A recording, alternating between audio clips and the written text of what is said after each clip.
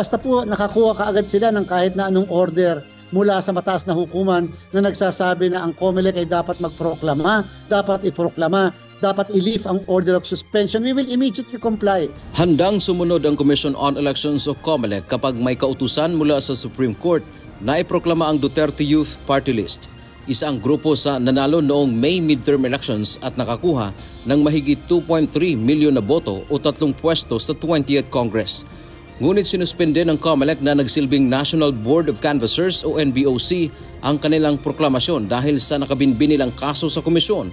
Hindi po natin i-defy ang Korte Suprema sapagkat yun po ang tinatawag natin na rule of law.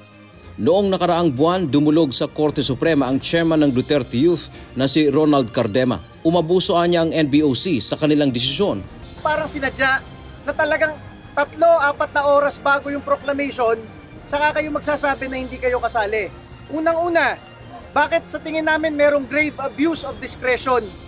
Kasi discretion na lang pala ng COMELEC ngayon kung kailan sila magpoproklama ng duly elected winners.